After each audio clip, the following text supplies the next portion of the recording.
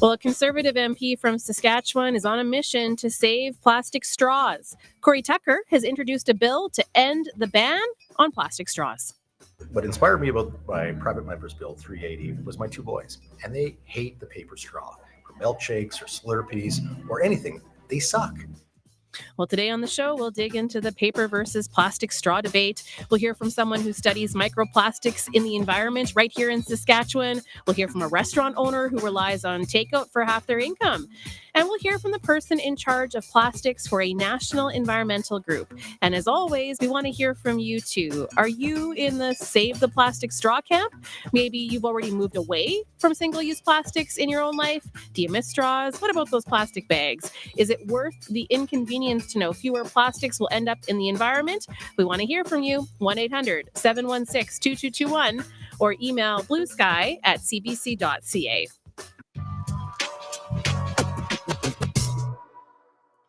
Well, the Conservative MP for Saskatoon University is leading a campaign to save plastic straws. Cory Tucker has brought in Bill C-380, an act to amend the Canadian Environmental Protection Act that banned some single-use plastics. It's getting the support of his Conservative colleague, MP and MP from Manitoba, Brandon Leslie, who released this video. Have you ordered takeout lately and it shows up with one of these little wooden fork and knives that are really kind of a hassle to cut things up with, or a little wooden spoon that's so flat you couldn't possibly eat soup off of? Or have you gotten that paper straw, the dreaded paper straw in your drink or your child's drink that couldn't possibly be used for more than a couple of minutes? Or have you gotten one of those I forgot mine. One of those bags that I always forget to take into the grocery store that I have 400 of sitting in a closet in my house. We're doing all of these things to prevent single-use plastics from entering the ocean, which sounds like a good thing. But I've got some bad news for you. None of this is doing anything to protect our oceans. This is a solution in search of a problem, at least when it comes to Canada. And what do you and your family do to cut back on plastics?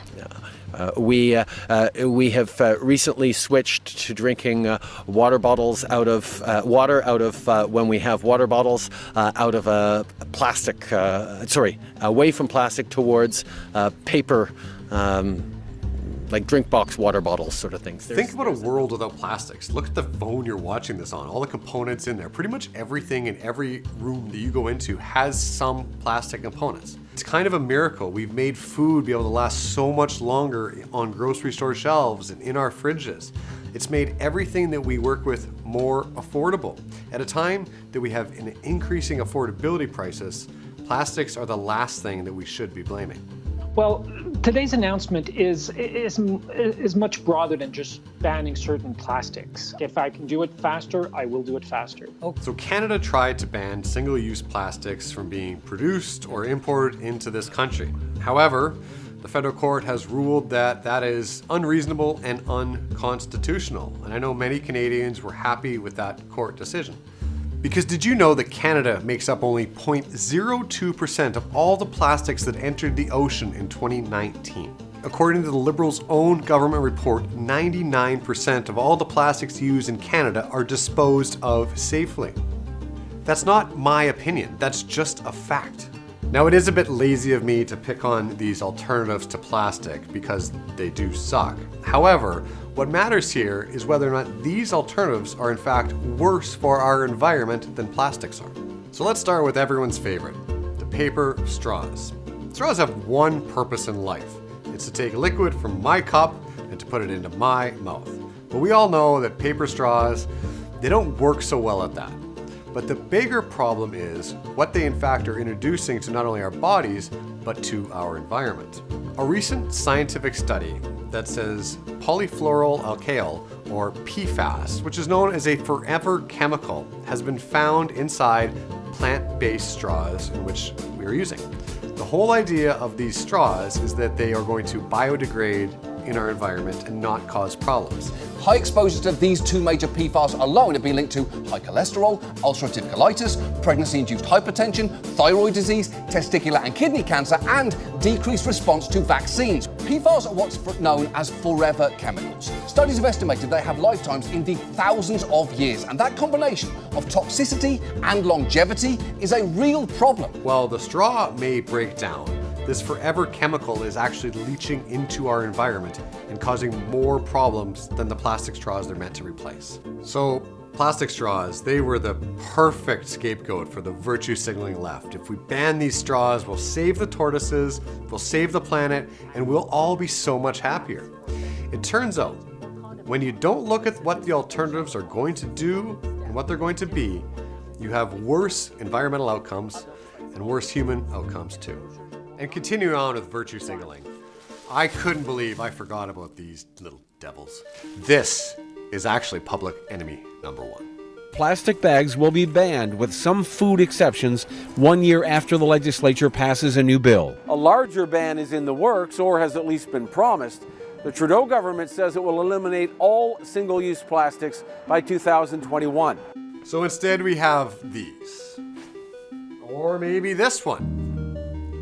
Or perhaps these real nice ones. All of which you and I both forget on the way into the grocery store and have to buy yet another one. It's never ending, look at that. Over the past 2 years, Udi and Natalie Sella have amassed hundreds of new, reusable Walmart bags, all from grocery delivery.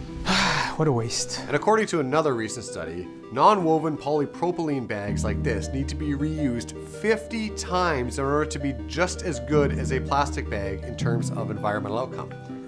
I don't know about you, but I have about 4 cupboards with 50 of these each in it. And I can tell you, I haven't used one of them 50 times. There is no way that any of us are reusing these bags enough to actually be making a difference for our environment. But I know that this bag will get one reuse at least. It will be in my bathroom garbage can and it will serve a second purpose, and it will be very happy to do so. And the last piece of this war on plastics that the Liberals are running is coming after your grocery store prices. You know fruit and vegetables that we import from other countries, how they show up in plastic to keep those strawberries perfectly red and soft and not crushed?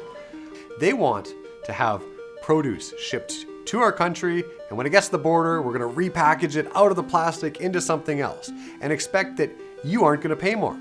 You are. So Deloitte, they did a study on what the impact would be of repackaging all of our fruit and vegetables here in Canada. It turns out it would be 35% higher.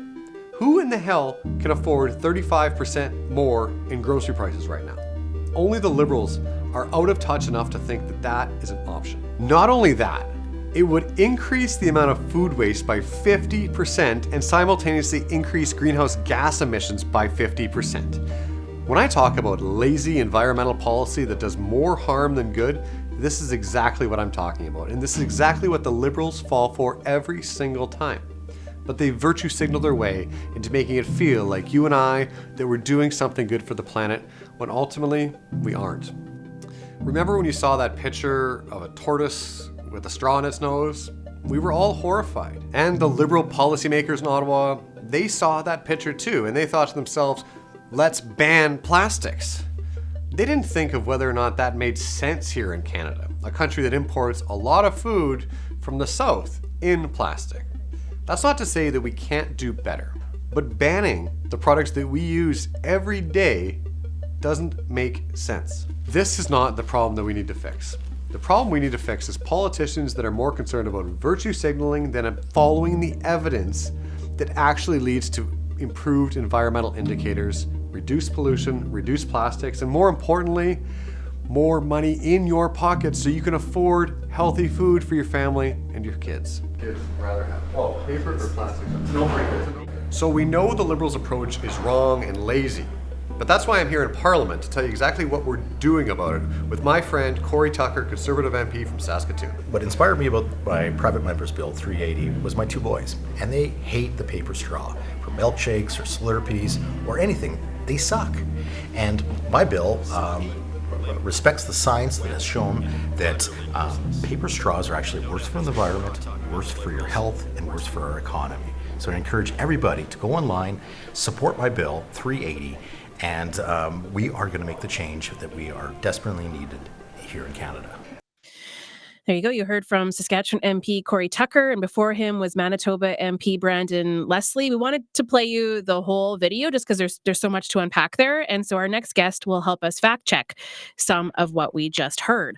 Marcus Brinkman is an associate professor in the University of Saskatchewan School of Environment and Sustainability.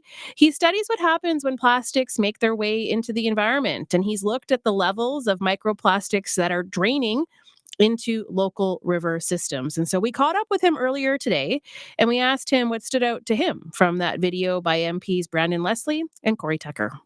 So I want to preface my answer to that question with the caveat that discussions around environmental issues always require a certain level of nuance, I would say. And so in my view, I believe that the video does raise a couple of really important questions, but then also gets some of the science perhaps wrong or misrepresents the facts to some extent. So one key point that the member of parliament here raises in that video is that the phase out of single-use plastic bags was quite ineffective because those necessary behavioral changes haven't really quite occurred, right? So many of us still go to the store and forget those reusable bags at home, so we buy a new one, which clearly defeats the purpose, right? So that leads to worse environmental outcomes than what has been expected. And while the conclusion from that, in my view, should not be to bring the single-use plastic bags back, the conclusion should be that we need to educate people better and that we need to make it easier to reuse those plastic bags, right? So I think the discussion needs to be a bit more nuanced than what we just heard. Yes. I want to ask you about paper straws because that's obviously the launching point for and what the video starts with. And so what does the evidence tell us about paper straws? Are they bad for people's health? What can you tell us about that? Right. So again, there's one fact that this video gets right, is that these perfluoroalkyl substances, or PFAS chemicals, sometimes also called forever chemicals, are found in paper straws, right? That is certainly concerning because those PFAS compounds can accumulate in humans, they can accumulate in wildlife, they can lead to worse degradability of the paper straws. And once taken up into humans or wildlife, they can have all sorts of health concerns, right? That starts from effects on the immune system to dysregulation of our metabolism, all the way up to cancer, which is certainly concerning. Then there's one point, though, that is not mentioned in the video, and that is that this study, which was conducted in Belgium, also looked at 4 other materials. They looked at not only paper, but also bamboo, at plastic, glass, and then also stainless steel straws. And they indeed found PFAS compounds in all materials except for the steel straws, right? So that means regardless of whether you're using plastic or paper straws, you will be exposed to those compounds. PFAS chemicals are really ubiquitous now in the environment, and you find them in almost anything. They're really high production volume and use compounds. So that concern is not isolated to paper straws. What should people though take away from this conversation that's been started because of this video put out by the Conservatives? I think people are trying to make the best choices they can. They might be frustrated by paper straws, but what do you hope people take away from this conversation? Right, I fully agree. A lot of people are frustrated with these paper straws, including myself. I don't particularly love them, but perhaps the takeaway should be that we don't try to replace the plastic straws with paper ones, but to do away with using straws as much as we can. Because let's face it, there's other opportunities to replace the straw altogether. You can redesign the lid of your beverage container, which we see in many vendors now for takeout food. Or if you go to a restaurant, do you actually need a straw unless you perhaps have a sort of disability that requires you to use a straw, right? So in all of those choices we are making in our everyday lives, I think we can think to ourselves, what are the steps that I could take in order to reduce our impact on the environment, right? We use a lot of plastics in our everyday lives. I would say we're now living on a plastic planet. Almost everything we come into contact with each and every single day is made from plastic. And so reducing it as much as we can is certainly leading to meaningful change. What has been the impact of that plastic on marine life, animals affected by microplastics? You've done a lot of research into the South Saskatchewan river system, I think. And so what is the impact of that plastic? Yeah, it starts basically with the larger plastic items like the plastic bags, the beverage containers, etc. that once they make it into the environment through either littering or improper waste management, they can have some direct impacts on wildlife. We all have seen pictures of sea turtles with straws in their noses and things like that. So those are fairly stark and crass almost pictures of what could happen. But once the plastics are in the environment, they will linger around for hundreds of years and they will turn into smaller plastic particles. At some point, they will be small enough that they can actually cross biological membranes and be ready for take-up across our guts, across our, the gills of aquatic organisms, and so then leading to all sorts of potential health impacts, right?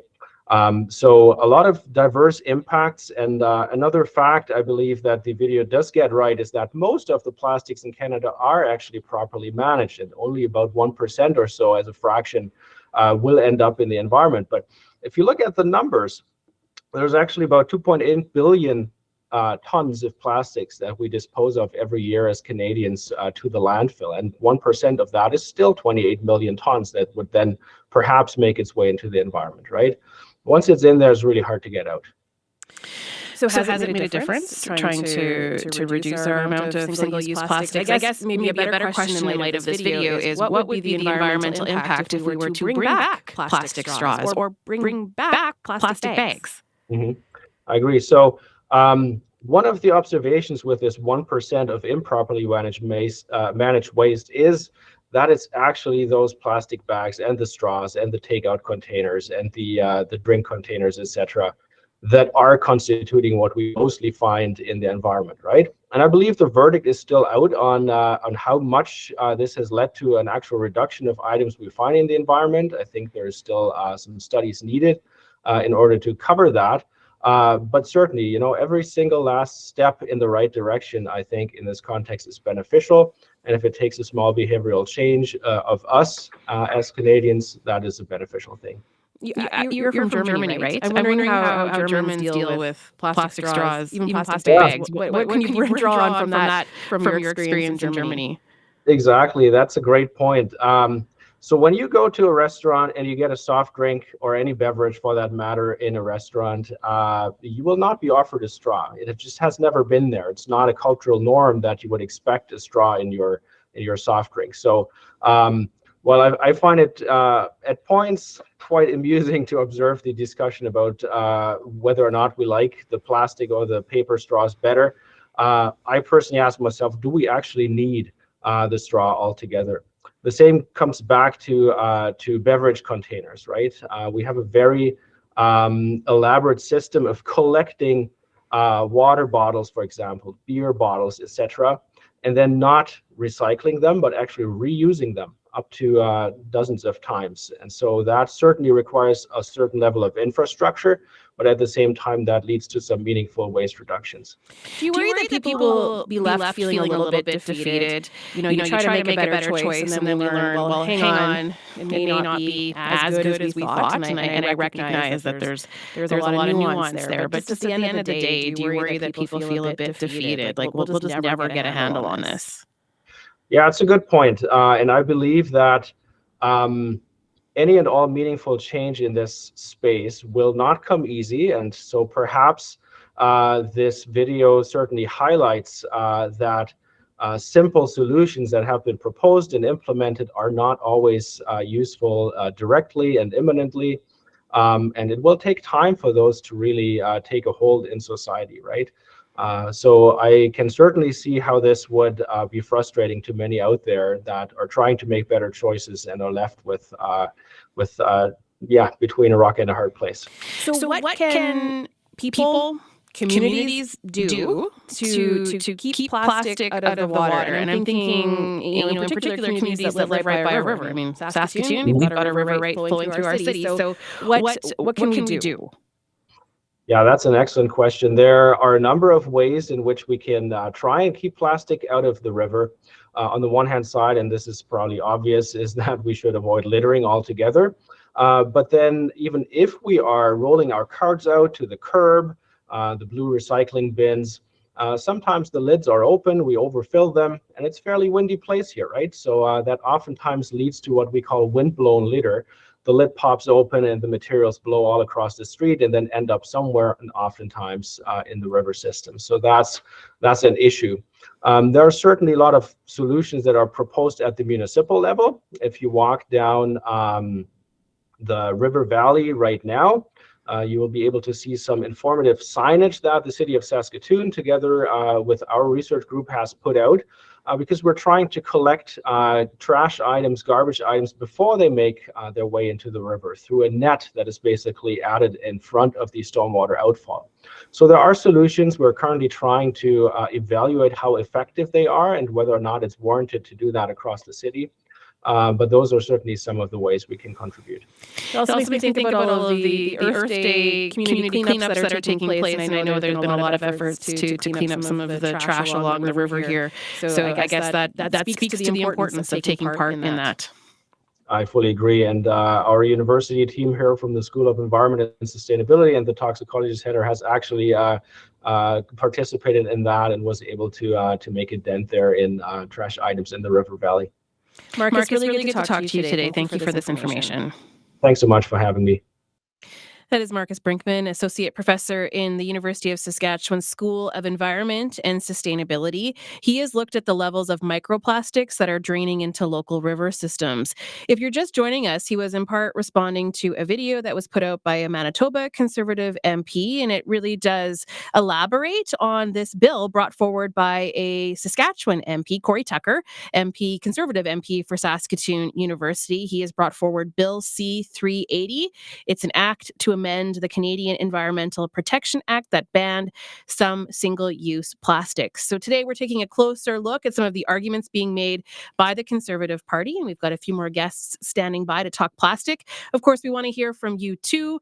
1-800-716-2221. You can email us bluesky@cbc.ca. I'd like to introduce you to our next guest. For the remainder of the show, we've got Karen Orsig with us. She is the Senior Program Manager for Plastics at Environmental Defense. It is a Canadian environmental advocacy organization, and she recently attended the fourth round of negotiations towards a global plastics treaty in Ottawa. She's been listening into the show so far. Karen, welcome to Blue Sky.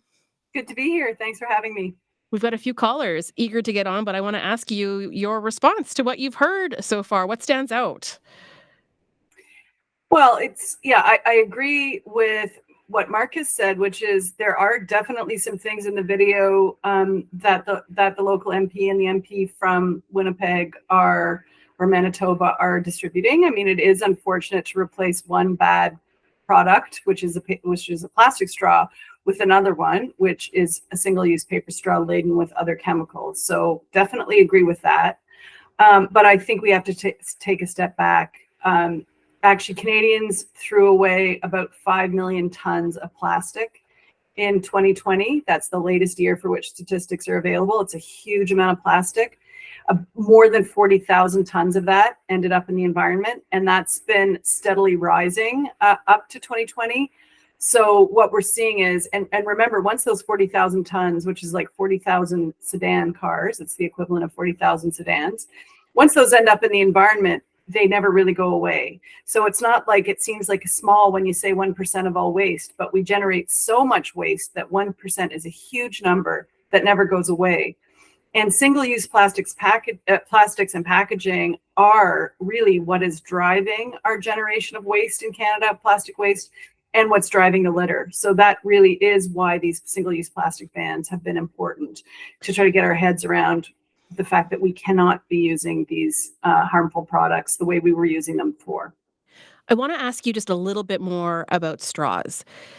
How did we end up replacing plastic straws was something that is potentially, I don't know if I should say just as harmful, but obviously has some harmful effects.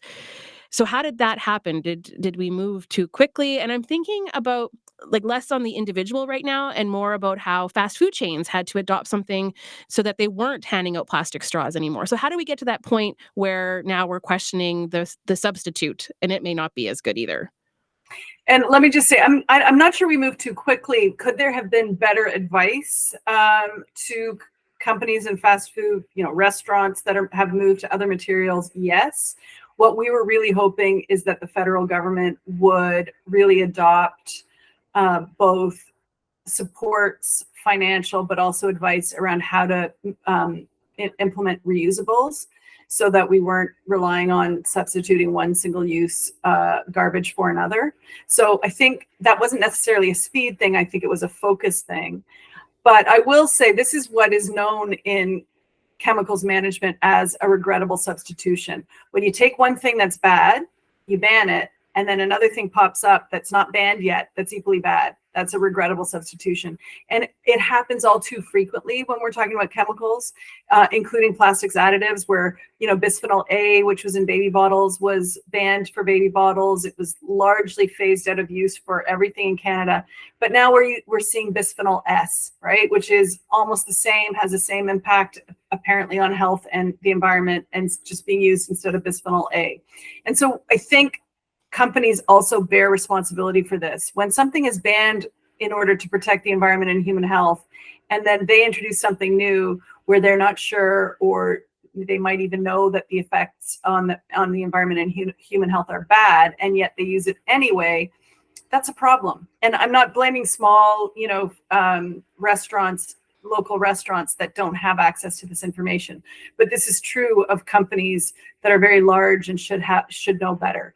So I would say it's never too late to transition away from harmful single-use products, whether they be plastic or laced with PFAS, forever chemicals. We should do that now. Are we in a better position today than we were prior to moving away from the government trying to move us away from single-use plastics? I think that's my next question. Are we in a better position now than we were before?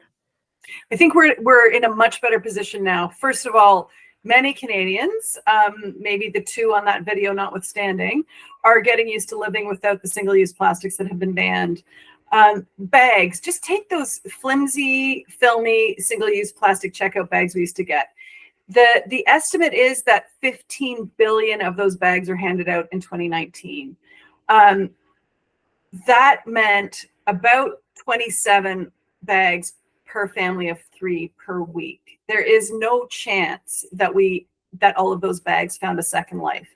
Many of them were found in ocean cleanups, like beach cleanups, litter cleanups away from the oceans. Those bags were everywhere, and we use them in a very wasteful way. I would say the same thing for straws. Straws used to be used as like, oh, well, I'll put 2 straws in this Diet Coke and 1 straw in the plain Coke so that you know the difference. I mean, straws were kind of used really very frivolously until the ban came into effect. And so I think where we need to get to now is to consider how we can replace these single-use things effectively and conveniently with reusables.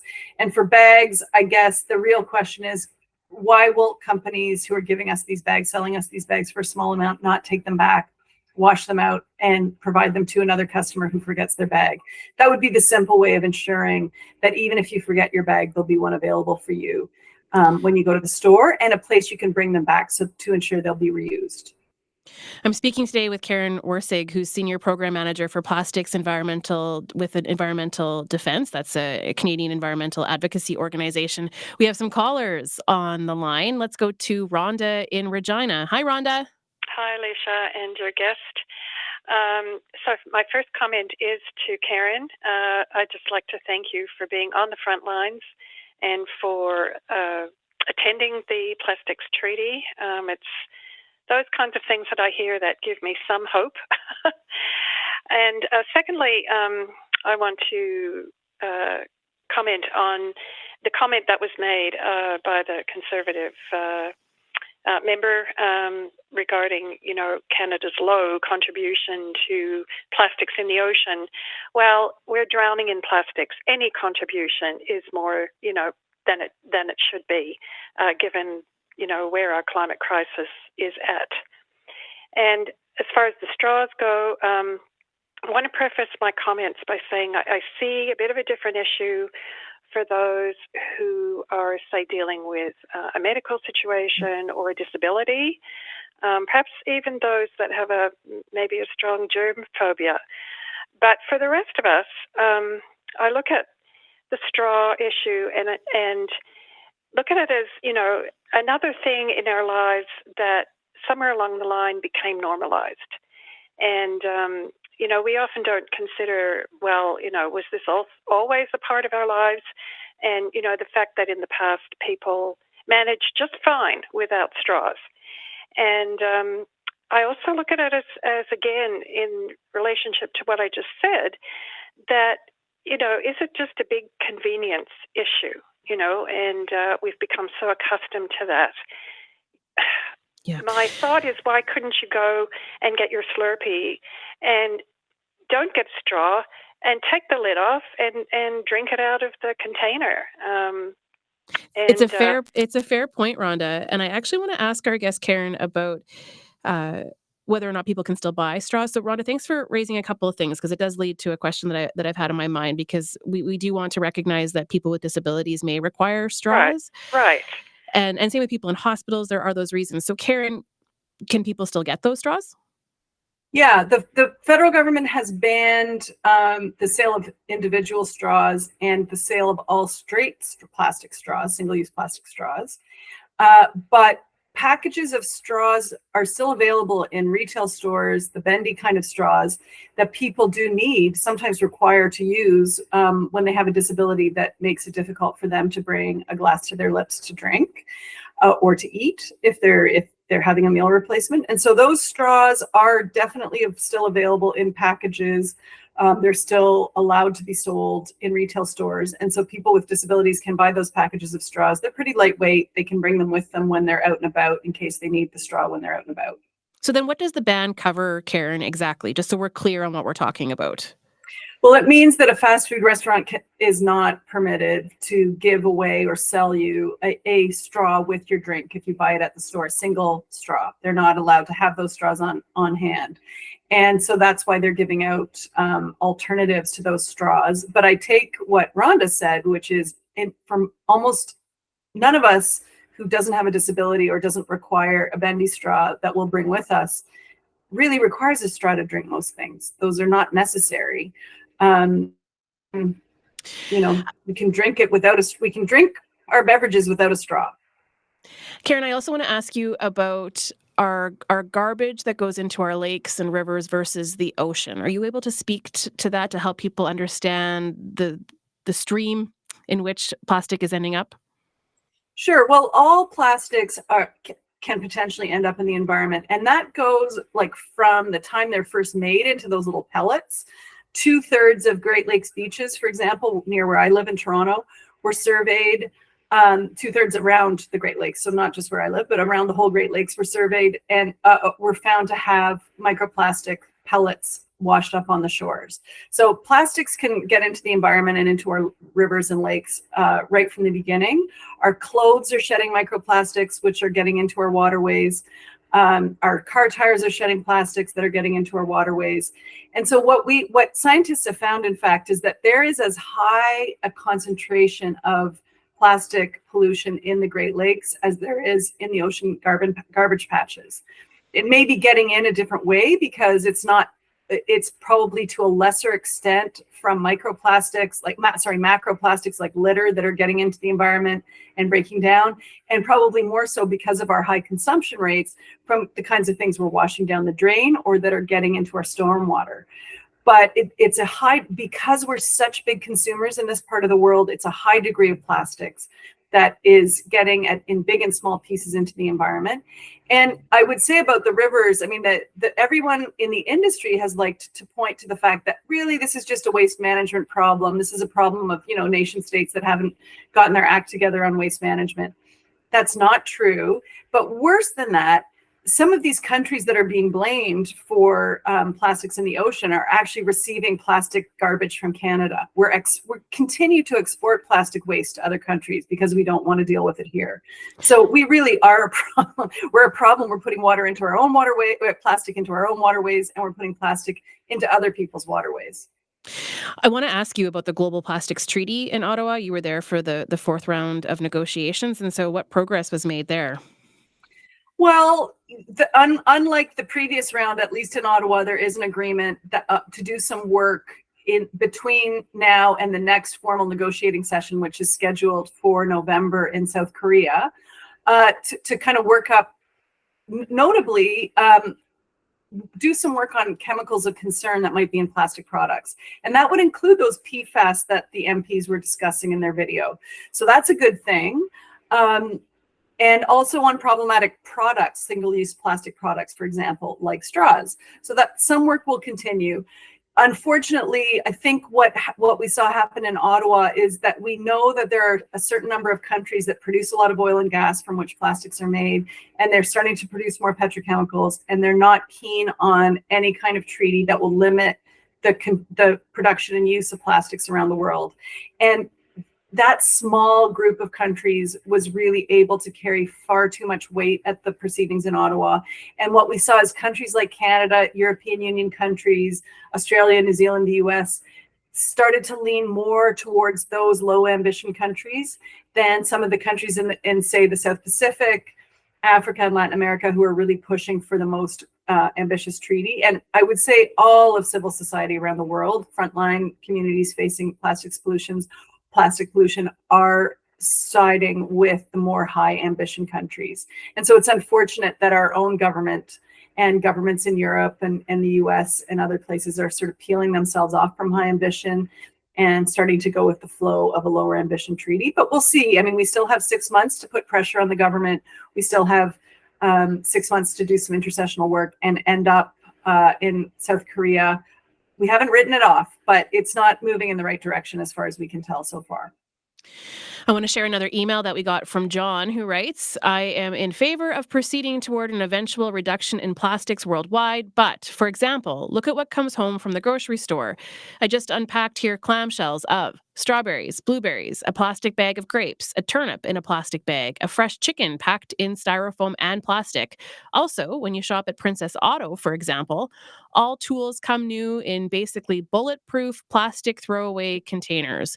Conclusion here, eliminating giveaway plastic grocery bags only really benefits the CEOs of major grocery chains, doesn't it? Curious your thoughts your thoughts on that. I mean, John makes several points there. It's true. Shopping without plastic, it's almost impossible.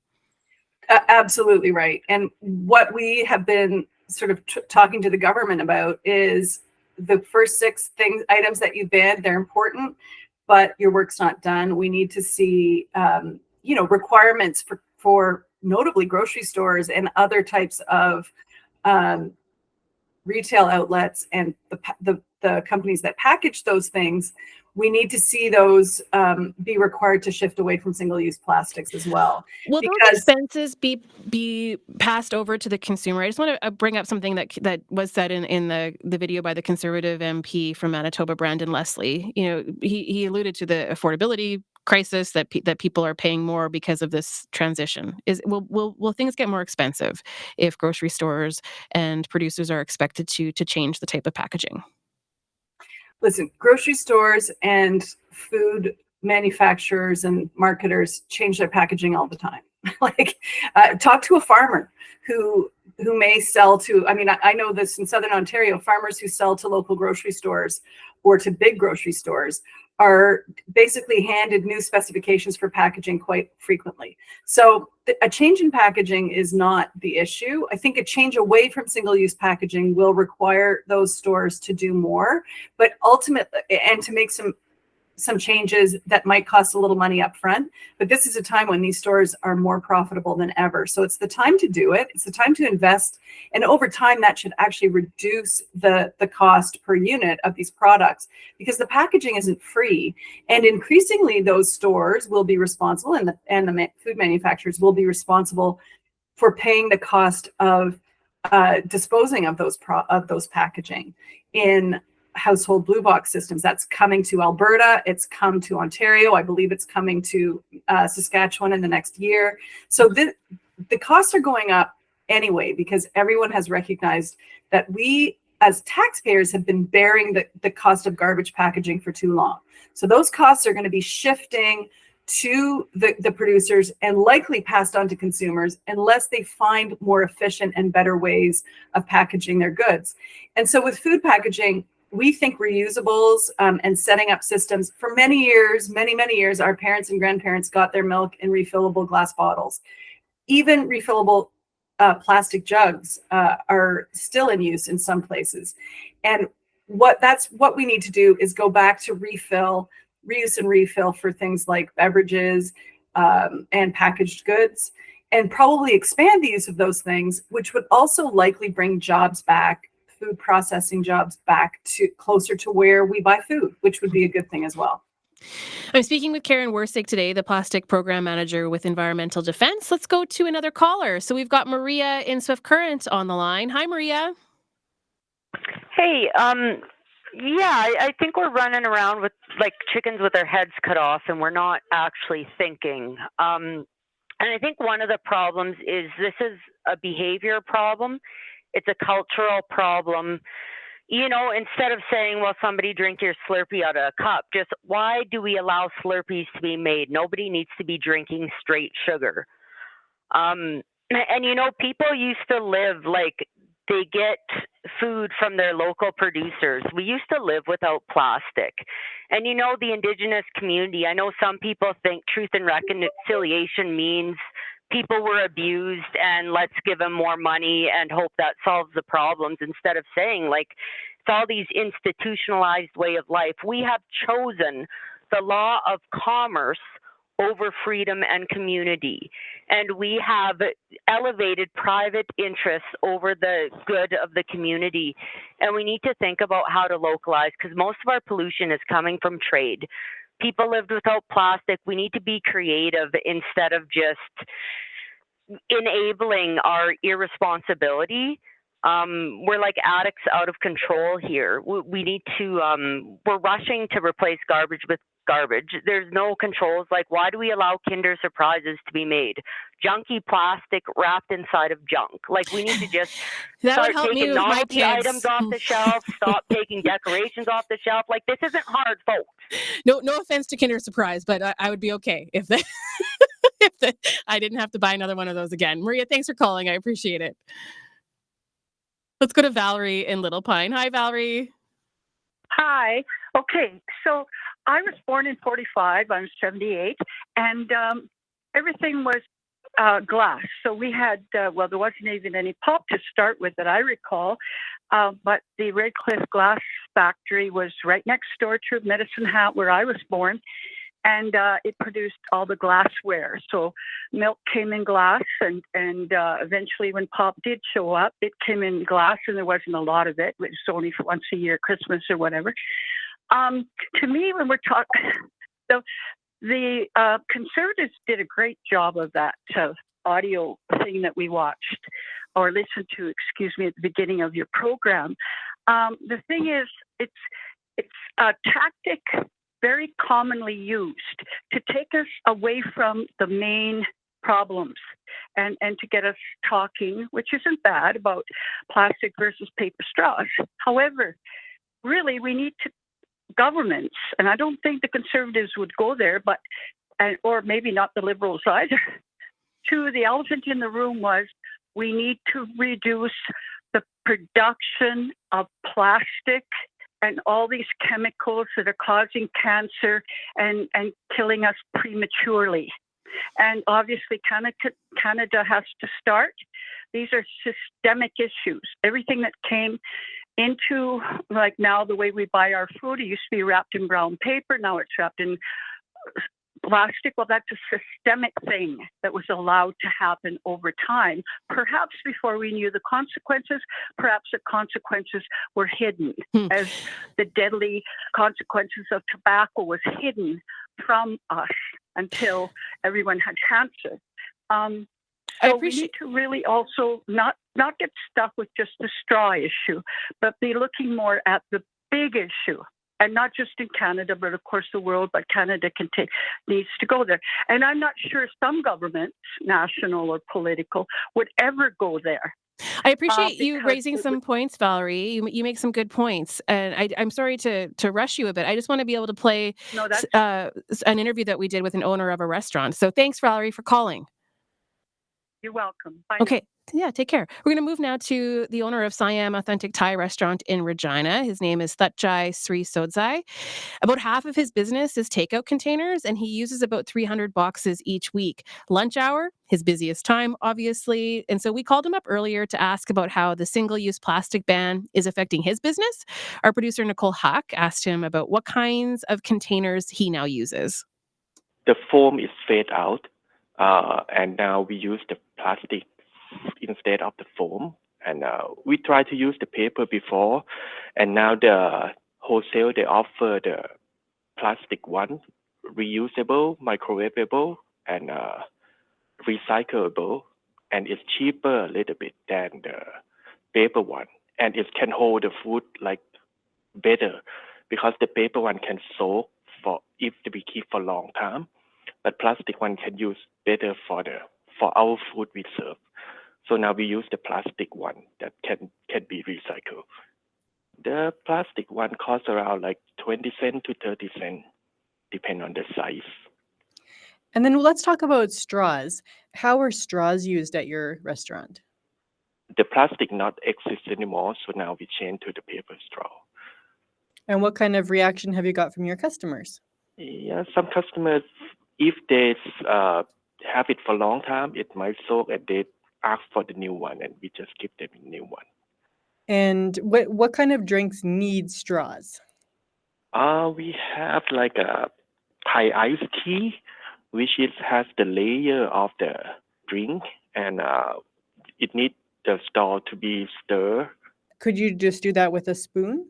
We can do that, but what I experience is like most people, they don't like to sip from the glass because of the lipstick or makeup or drink line that's gonna happen on their makeup, on their face.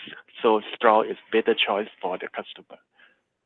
And then what kind of bags do you use when you pack up everything to send home with people? The bag is now the paper one because the plastic not exist anymore. Has some problem when like if the food is leaking a little bit, the bag might be break, different from the plastic. But when we have to use it, we have to use it. So now it's the paper one. How does that compare with plastic when it comes to cost? The cost is now like 8 times, 10 times more than the plastic one because the plastic is very cheap for the bag. What about utensils? Utensil, now we still use the plastic because it still exists. And it's used better because plastic not have the smell from the wood that's going to go to the food in your mouth. So it's not affect the flavor of the food, but the wood one might affect a little bit. So that's the owner of Siam Thai Restaurant in Regina. He has moved away from styrofoam to a different kind of plastic that he says can be recycled. He uses paper straws, but he's not a fan of them, and he's still using plastic utensils for takeaway orders. Karen, I'd like to end with you talking a little bit about small businesses. We've talked a lot about the big companies, but small businesses are grappling with some changes, and I do wonder if we'll ever normalize reusable containers for takeout. So just if you could end on some thoughts about that before we wrap up today. Well, I would say small businesses are not going to do that on their own. We're really looking to federal supports, but also local ones. I think municipalities have a role to play here.